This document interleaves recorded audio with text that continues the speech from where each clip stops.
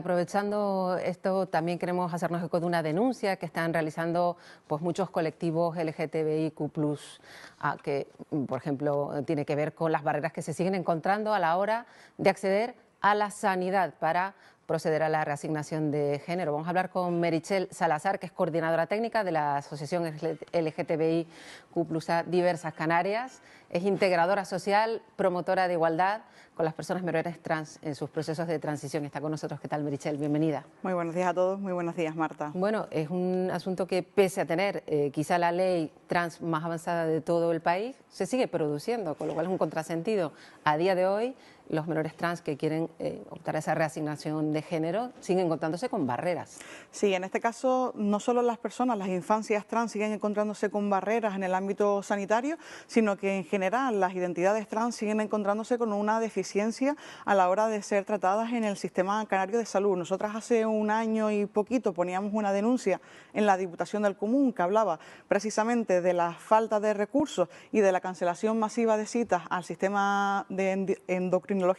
Y precisamente ahora, en la actualidad, nos hemos encontrado con unas respuestas ineficientes, inaceptables del Gobierno de Canarias, y vamos a seguir poniendo pues todos los mecanismos que tengamos en práctica para poder denunciar estas prácticas que no están siendo habituales y que, sobre todo, ponen en riesgo la salud tanto física como mental de las personas trans. Claro, y por lo tanto no se ajustan a la ley. No se ajustan a la ley, en primer lugar, porque la ley 8/2021 de junio habla de un proceso de actualización del protocolo trans sanitario, cosa que no se ha adecuado hasta la actualidad, estamos en 2025. Eso lo reivindicábamos actualmente, nos reuníamos con la Junta de Igualdad de la Diputación del Común para para trasladarle nuestras quejas y reafirmar. Lo que nosotros denunciábamos hace un año es la punta del iceberg de lo que está sucediendo en el sistema sanitario. Estamos hablando de una falta no solo de recursos, sino también estamos hablando de que se les sigue pidiendo a las infancias trans informes psicológicos contrarias a la propia legislación vigente y que además en este marco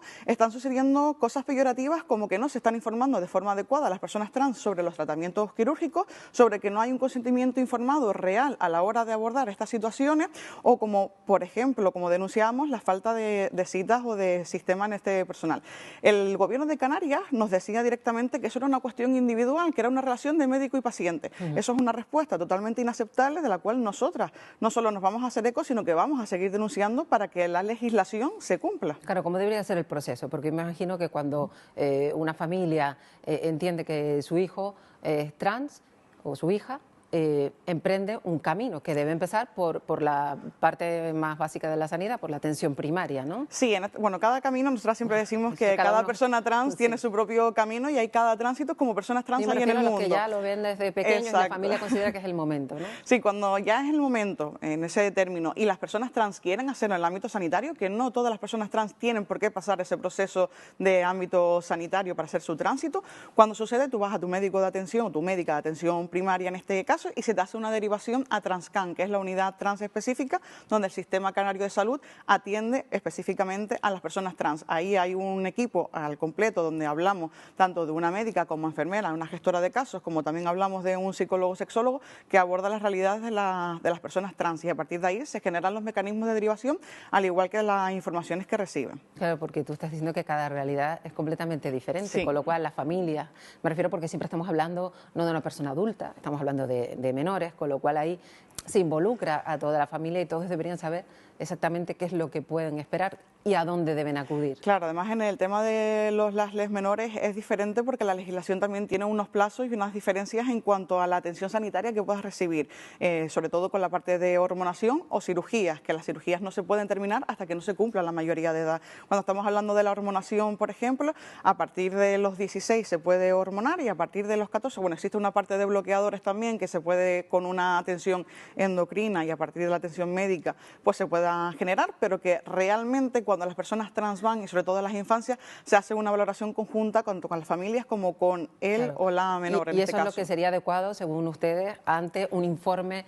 psicológico que lo que hace es patologizar. Claro, el informe psicológico lo que sucede es que cuando te están pidiendo el informe lo que te están diciendo es que avales que tu identidad es real y que lo que hay detrás es como una especie de tratamiento que se debe de dar para dar respuesta a lo que entendemos que es una enfermedad socialmente, lo que se puede entender desde esa parte clínica. Eso sigue patologizando a las realidades trans porque insistimos, las realidades trans no son una enfermedad, no tienen ningún tratamiento y por lo tanto no tienen que ser avaladas con un informe psicológico. Están ya sacadas del trastorno de diagnóstico, o sea, del diagnóstico de trastornos mentales en este caso, y seguir apostando por un informe psicológico es seguir patologizando unas realidades que ya deben de estar más que normalizadas. Vemos que, bueno, que ese proceso que dice luego llega a personas que conocen muy bien cómo actuar, pero también denuncian que hay determinados profesionales médicos que les falta formación, ¿no?, para abordar estas realidades tan complejas. En este caso nosotros reivindicamos también la falta de formación, perspectiva tanto de género como en diversidad en el ámbito sanitario,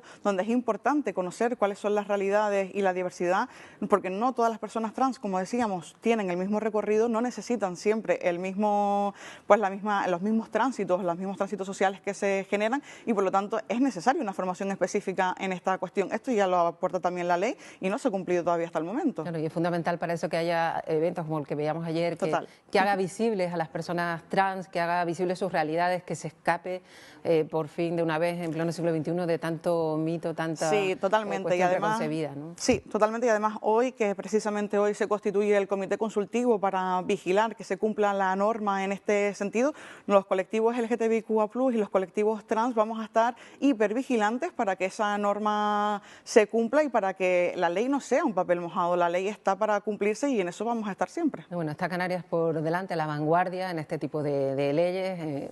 Pero claro, estamos en un contexto mundial que imagino que le preocupa porque estamos viendo pasos hacia atrás, pero no pasos cualquiera, pasos de gigante hacia atrás en países como Estados Unidos. Lo estamos viendo y ya los de Estados Unidos no nos queda lejano. Hace apenas una semana en el Parlamento de Canarias el partido político Vox llevaba la derogación de la ley trans para poder sacarlo adelante. Las fuerzas políticas parlamentarias que estaban en ese momento representando dijeron un no rotundo a esa derogación. Porque lo tenía yo por aquí apuntado precisamente, que mientras que Vox pretendía derogar esa ley de la que hablamos tan a la vanguardia, el resto de fuerzas parlamentarias en el Parlamento de Canarias fueron rotundas a la hora de apoyar esa ley. Efectivamente, fueron rotundas, en su momento se aprobó con una unanimidad y ha seguido siendo así hasta que ha entrado, ha irrumpido la fuerza política Vox en el Parlamento de Canarias, donde pretende retroceder en nuestros derechos y que celebramos desde los colectivos LGTBIQA+ y desde las entidades trans que no se haya dado ningún paso atrás y que se siga reafirmando nuestros derechos. Bueno, pues Meritxell Salazar, ha sido un placer hablar contigo, hablándonos de estas realidades a las que se enfrentan pues, las personas trans, sobre todo los menores, a la hora de emprender ese complejo camino y tan distinto para cada una de estas personas. Gracias, Meritxell. Muchas gracias y buenos días.